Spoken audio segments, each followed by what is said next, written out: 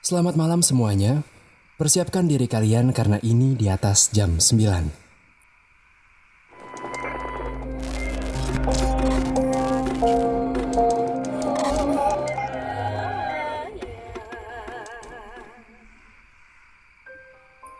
Perkenalkan, nama saya Johan.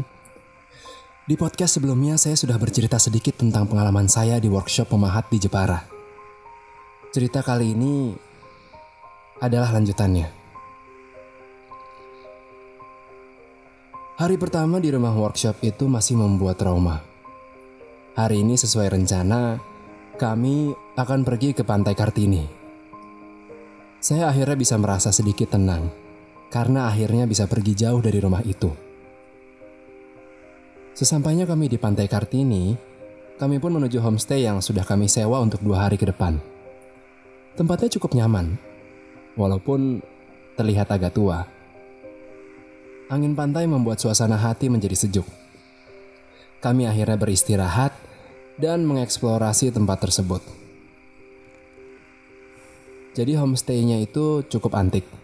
Ada beberapa ukiran dan pajangan tua yang tergantung di dinding. Plafonnya sudah mulai lapuk dan tercium aroma ruangan yang sudah lama kosong. Kamarnya pun berisi mebel-mebel tua. Memang sepertinya bangunan ini terlihat seperti jarang ditempati ya. Lalu malam pun tiba. Beberapa dari kami ada yang bersiap untuk tidur, dan saya memutuskan untuk bersantai dan bercakap di lantai 3 homestay kami.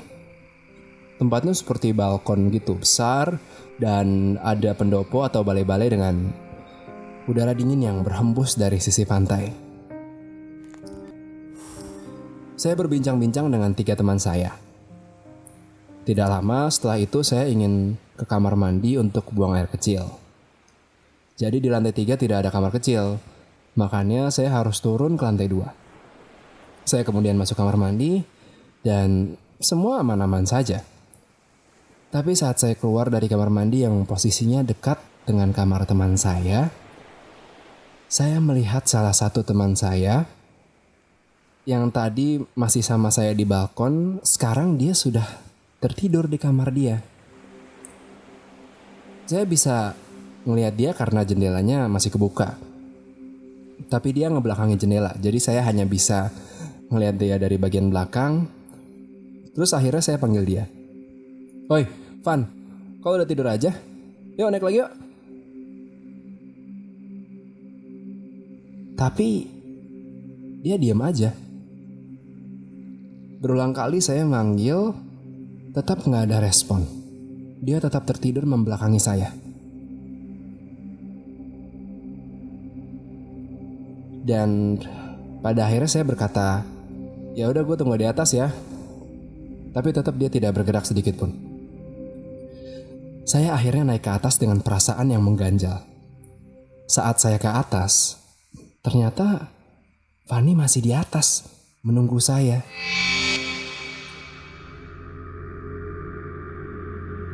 Situasi ini sangat saya tidak mengerti.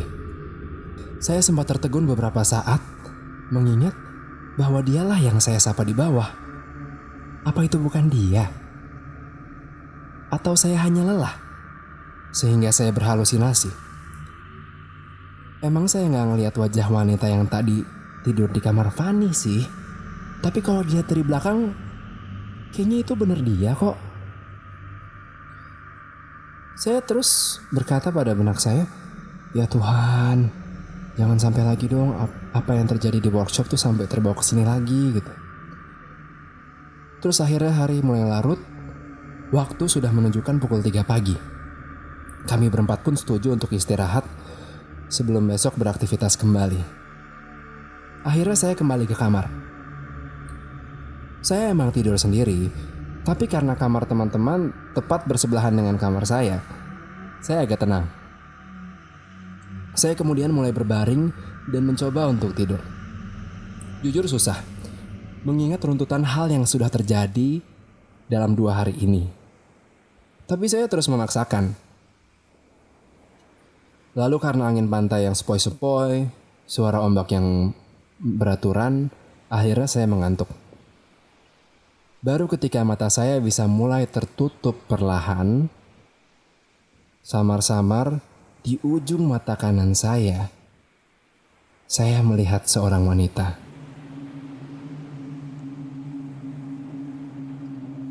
Saya tidak bisa menangkap dengan jelas siapa yang berdiri di sana.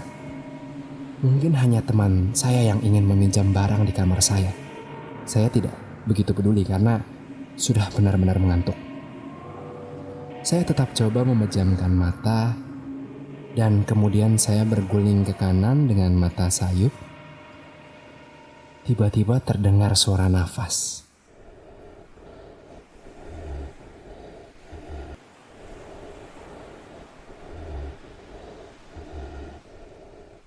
Dengan perasaan yang makin terusik, saya mencoba membuka mata dan ternyata di depan saya sudah ada wanita tersebut.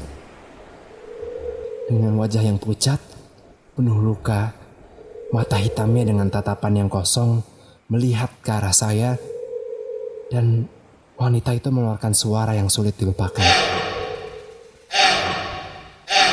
Tidak tahu harus berbuat apa, saya pun menutup wajah saya dengan selimut lalu memejamkan mata dengan rasa takut yang amat sangat. Suara saya sudah tidak ada lagi untuk berteriak. Saya hanya bisa diam di dalam selimut, berharap wanita itu tidak menyakiti saya. Karena panik, akhirnya saya pun lelah dan tertidur. Entah apa yang terjadi di sepanjang perjalanan saya mengitari kota Jepara, namun yang saya tahu saya sudah tidak ingin lagi berlama-lama di sana. Singkatnya, pada pagi hari, tanpa memberitahu kepada teman-teman saya apa yang terjadi, saya akhirnya memutuskan untuk pulang lebih dulu. Saya paham, jika mereka tidak akan menerima alasan saya jika saya ceritakan yang sebenarnya. Maka dari itu, saya memberikan alasan lain yang lebih masuk akal kepada mereka dan untungnya mereka bisa mengerti. Biarkanlah cerita ini saya simpan sendiri. Saya berharap tidak ada orang lain yang mengalami pengalaman seperti saya di luar sana. Terima kasih dan selamat malam.